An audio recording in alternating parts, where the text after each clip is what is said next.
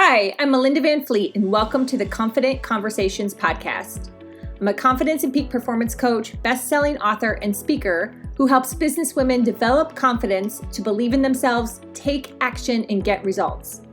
This podcast shares authentic and transparent, thought-provoking stories, tips, and tools from my experiences, as well as incredible guests, so you can continue to build your confidence and live your best life. Thank you for joining me. Let's get started on this confidence journey. Hi, everyone. Welcome to this week's episode of Confident Conversations. Thank you in advance for joining me. I have been giving a lot of thought lately to communication. Have you ever heard the saying, God gave you two ears and one mouth? Yeah.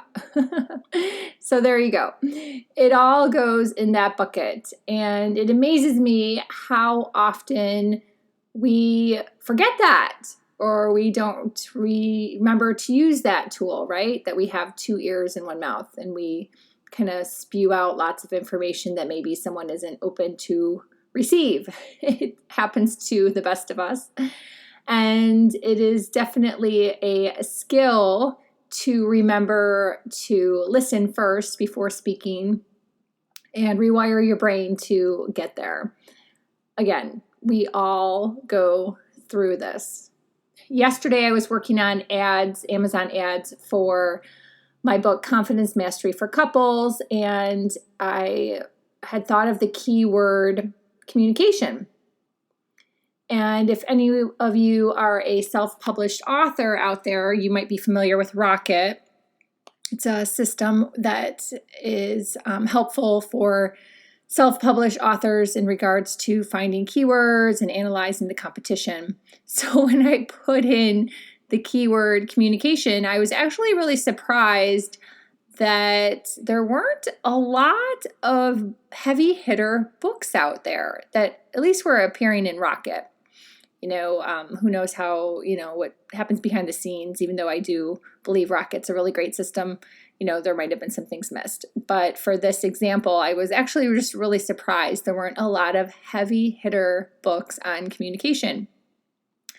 And it just made me think about it even more. It made me think about recent conversations I've had with my husband, Ryan, and I think we're going to dive into those on this coming weekend's Good Karma Success Coach podcast. We always do a joint podcast together once a month, and I think we're going to dive into communication together, which will always be a fun topic. And also just some recent conversations that I've been privy to, either with friends or on Zoom calls, where I just really think to myself, gosh, this person isn't listening, or this person is just spewing off information and the other person doesn't even seem to be wanting to hear it. And it's just kind of fascinating and a little eye-opening, and has caused me to really do some reckoning on my own and just think before I speak and really try to listen more as well and make sure that I'm following my own learnings and what I see out there. And that's the best advice that I can give anyone, right? It's just as you take things in throughout your day and you notice things, how can you apply them to your own life? And that doesn't mean you have to be judgy. That just means you notice things and you go, oh, wow, I just noticed that situation. How can I use that learning or finding or my opinion to do a better job with something myself?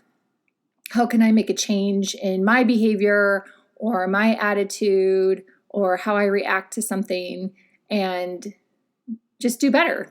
We all should be striving to do better. So how can you take what you notice and turn it maybe from something that would be first perceived as judgment and use it for fuel, use it to help you make a decision or a better choice and a better action and move forward. So that's just a little thought for the day. I was going to read some of my chapter from Confidence Mastery for Couples on communication. And I think what I'll do is part 1 and part 2 because it's a little bit of a longer chapter, and I don't like to have super long podcasts because I know everyone's super busy and I appreciate everyone's time. So I'll just read a little bit. We'll see where I end up stopping. I like to kind of go with the flow on podcasts and not be scripted and just kind of see what comes through. So this is chapter 5, and the title of the chapter is The C Word, and C is in quotations, communication. Here we go. Sometimes one creates a dynamic impression by saying something, and sometimes one creates a significant impression by remaining silent. The Dalai Lama.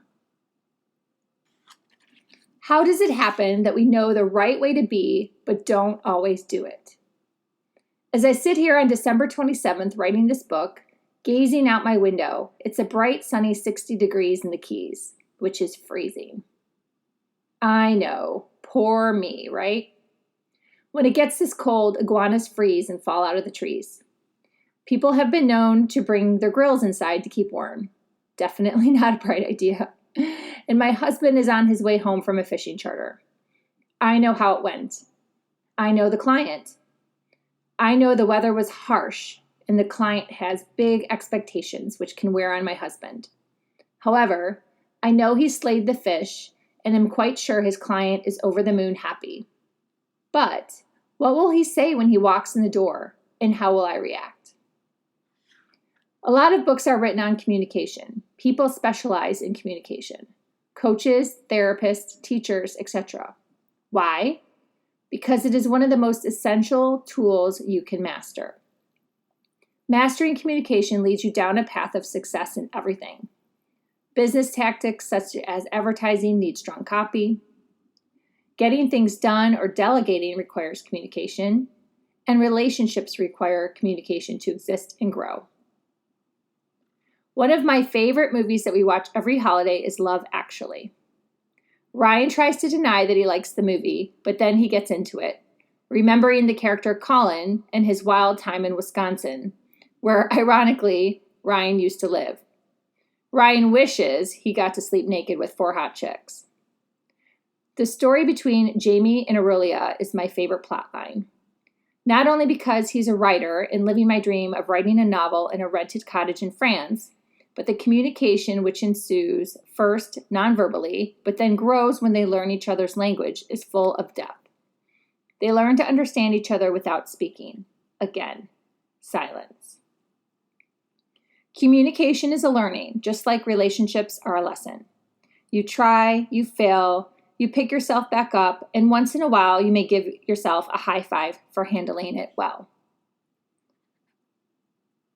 The quieter you become, the more you are able to hear. Rumi. Rumi was a 13th century Persian poet. Stop and think about that. The same stuff was said in the 13th century and likely even earlier, and we are still talking and writing about it now. I had breakfast with 2 friends today. One is a published author and the other is a marketing expert and coach. We ended up having this discussion as they were sharing some tools and ideas with me. Tools may change with time and advancement, i.e. technology or social media, but the thought processes, methodologies, and overall lessons remain the same. Quotes by well-known historical figures such as Rumi, Mark Twain, Eleanor Roosevelt, and Albert Einstein remain valid and impactful many years later. How do we not learn and change? So again, that's just a little snippet from my book, Confidence Mastery for Couples, which is available on Amazon. And if you are an Audible listener like I am, I also had recorded this book for Audible. So that is also available on Amazon. I appreciate you listening, and if you would love to connect further, please follow me on any of the socials, LinkedIn, Instagram, or Facebook. And my email is melinda@melindavanfleet.com. And until next week, thank you so much for listening, and I hope this podcast helps build your confidence. Have a good one. Thanks.